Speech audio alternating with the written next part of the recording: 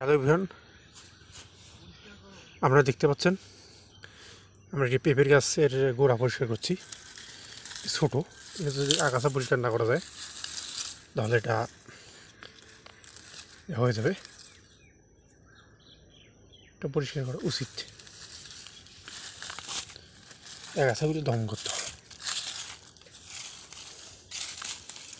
দেখেন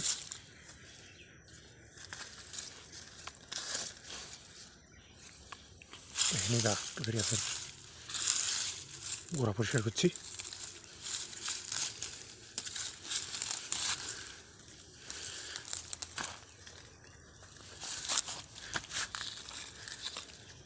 দেখেন